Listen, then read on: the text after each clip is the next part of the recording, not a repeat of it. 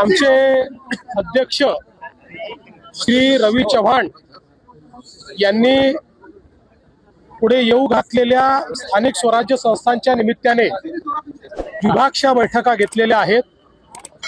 त्या विभागामधल्या नगरपालिका, जिल्हा परिषदा आणि महानगरपालिका या संदर्भातला आढावा आम्ही घेतो। तिथली संघटनात्मक परिस्थिती, तिथली बूथची रचना, तिथल्या मागच्या निवडणुकीतली काय परिस्थिती होती, आता या निवडणुकीत काय परिस्थिती आहे, युती कशी करायची, युती कुठे कुठे होऊ शकते, अशा सगळ्या गोष्टींचा आढावा आणि एक प्रकारे पुढचं मार्गदर्शन करण्याचा आम्ही प्रयत्न करतो। आज आता इथे आम्ही नाशिक विभागामध्ये उत्तर महाराष्ट्राचा आढावा घेतलेला आहे आणि उत्तर महाराष्ट्रातल्या महानगरपालिका, सगळ्या पाचही जिल्हा परिषद आणि ज्या काही नगरपालिका, नगरपंचायती आहेत या संदर्भात संपूर्ण आमच्या कार्यकर्त्यांचं म्हणणं ऐकून घेतलेलं आहे। त्यांना पुढचं दिशादर्शन देखील केलं आहे। मला असं वाटतं की उत्तर महाराष्ट्रामध्ये मागच्या स्थानिक स्वराज्य संस्थेत आम्हाला फार चांगलं यश मिळालं होतं।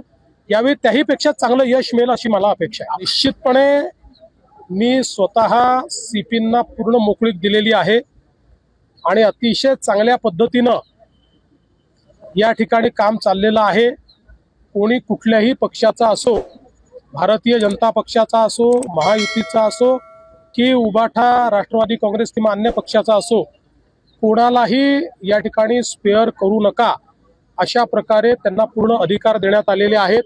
त्यामुळे मला असं वाटतं की ही जी काही गुन्हेगारी आहे आणि विशेषतः गुन्हेगारी करत असताना काही लोक त्याला जो राजाश्रय देण्याचा प्रयत्न करतात, वेगवेगळ्या पक्षात त्या ठिकाणी राजाश्रय देण्याचा प्रयत्न करतात, तर अशा सगळ्या गोष्टींना मोडून काढायचा आम्ही या ठिकाणी निर्णय घेतलेला आहे। आणि सगळ्यात महत्त्वाचं आहे की कोणाचा काही पास्ट असो, पण आता जर कोणी गुन्हेगारीमध्ये जात असेल किंवा गुन्हेगारीत आढळेल तर त्याला आम्ही सोडणे। पहिल्या दिवशीपासून तिन्ही पक्षांनी महायुतीचं ठरवलंय, जिथे जिथे शक्य आहे त्या ठिकाणी आम्ही महायुती करणार आहोत।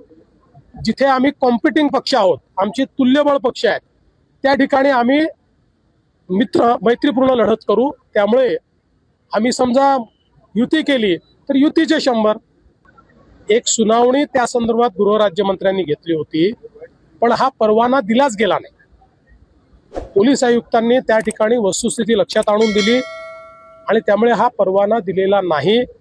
परवाना दिला असता तर कदाचित मला असं वाटतं की अशा प्रकारचा आरोप हा योग्य होता, परंतु परवाना दिला गेलेला नाही।